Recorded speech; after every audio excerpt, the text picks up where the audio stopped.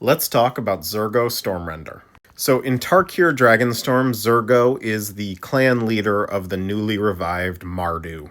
He and Narset are now the only people from the original Khans of Tarkir timeline to now be clan leaders of the same clan in the new timeline. In the original timeline, he was a vicious leader, and he had it out for Sarkhan Vol, who had sort of betrayed the Mardu, ended up killing a lot of his own people when he transformed into a fiery dragon for the first time. And when Sarkhan returns to Tarkir, he'll stop at nothing to get his vengeance.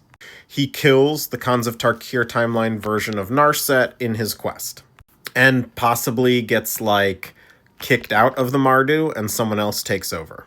Then Sarkhan changes the timeline, and Zurgo goes from sort of a big, beefy warrior to the guy who rings the bell when the dragons are on the move so that the entire Kolagon clan can follow. He's much leaner here, and he's sort of abused by the Kolagon dragons. However, in the 5 years that followed, he started to get beefy, and it was his idea to team up with dragons in the first place as dragon riders to fight the Phyrexians.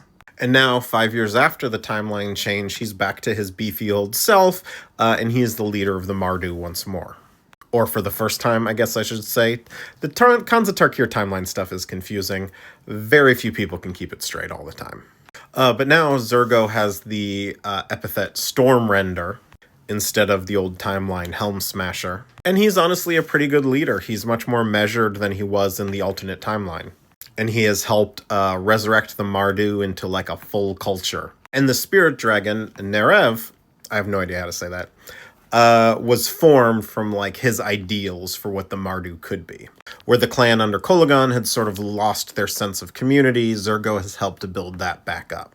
And that's basically what we know about Zurgo.